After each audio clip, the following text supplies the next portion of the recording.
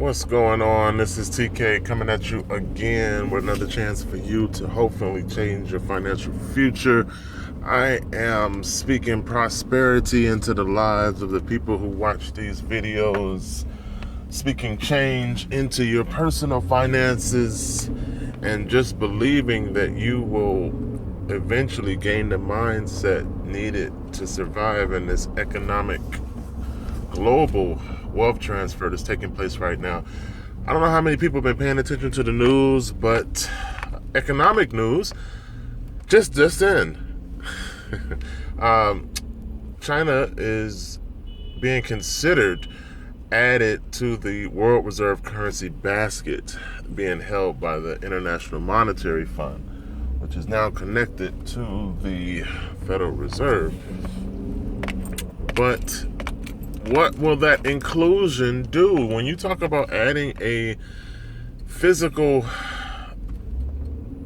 or I should say a tangible metal-backed currency, when you add that to a basket of fiat currencies, it automatically makes the hard asset currency move to the top of the basket, right? That's the reason why Saddam Hussein was knocked out of power, and so was Gaddafi. They both talked about creating a physical asset backed currency, a gold backed currency. And at the time, if you have a country, especially one small in nature, that has a gold backed currency and everybody else has fiat currency, it destabilizes the fiat currencies, creates a currency war in that country's currency becomes stronger than everybody else's, right? So we can't have a small country like Libya or Iraq with a gold-backed currency that then becomes stronger than fiat-backed currencies. So all right, now you have countries like Russia and China that decided to do the same thing as Gaddafi and Hussein. They both backed their currency with gold. So you can't just knock off Russia or knock off China the way we did the other small countries, right? And I think China's number one and Russia's number two. India might be number three in terms of physical gold savings account and having such a large gold savings account that people pay attention to you. All right. So think about that. As China gets included in the world reserve currency, it destabilizes the fiat currencies that's already in the basket. Now, right now, America's number one in that basket. If China becomes number one in the basket and America moves down, okay, that means that our ability to print money is being challenged. Okay, the order of the order of power. Okay, there's a power structure going on right now. The world is changing. The economic world. I want you guys to understand. I really want you guys to benefit financially from what I'm telling you. The economic world is changing to the point where there's a currency war going on, and the powers that be are vying for who sits in the top seat. That's what's going on right now. Okay, to understand it simply is to realize that the Zionists are fighting with the people with hard assets. You know, there are countries that are moving away from the dollar and moving towards gold-backed currency, right? And then there are Zionists that support fiat currency and currently are in power. So the people with gold-backed currency are saying, we're going to knock you off because the amount of gold we have in our savings account forces you to listen to us. right? And then the people with paper currency that are still in power right now are saying, we're going to fight you, and we don't care that you're trying to back your currency with gold. We're in power, and we're going to remain in power. So who wins? What side do you fall on? It doesn't really freaking matter. The only thing that matters is how you're able to participate in the economy, right?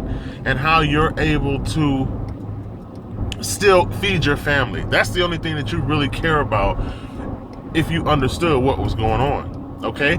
So think about this. Why don't you don't take a side on the currency war. All you have to do is, as the new volume power has done, do as they have done. Accumulate a gold-backed savings account that is so strong that it forces people to listen to you. Because if you think about it, that is all that the volume power entities have done. So whether you understand the nature of gold or not, if you are smart enough to open an offshore gold savings account, and that's what I help people do. If you are interested, contact me directly and we can get started. But if you're smart enough to open a gold offshore savings account and you build a powerful gold currency savings account, then you're forced to be reckoned with. People will listen to you because if you have $150,000, which is what my personal goal is, in a gold savings account, then you have real money and you have purchasing power that forces people to listen to you. Okay? So if you are telling the truth and you're one of those internet gurus that say they make $50,000 a month, you know, I just saw a commercial for government minted coins being sold at $150 each, which is crazy because there's a difference between private issue and government mint. But I'm not even going to get into that. That's a whole nother story. But you know, people always attack me on price, and when I saw gold government coins being sold for $150 each, I'm like, okay, what is that? That's like 1/10 if you look at gold price.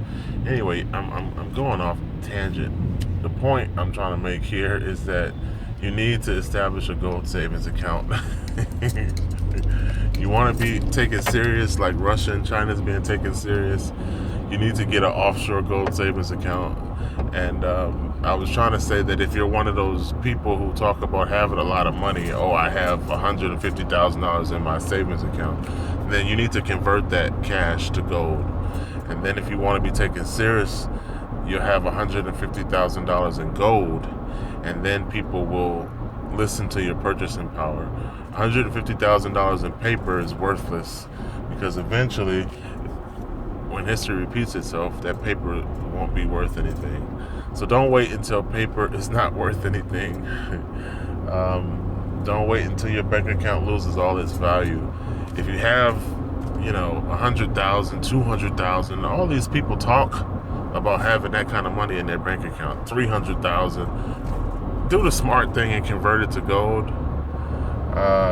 A gold savings account is the position you need to have in the future.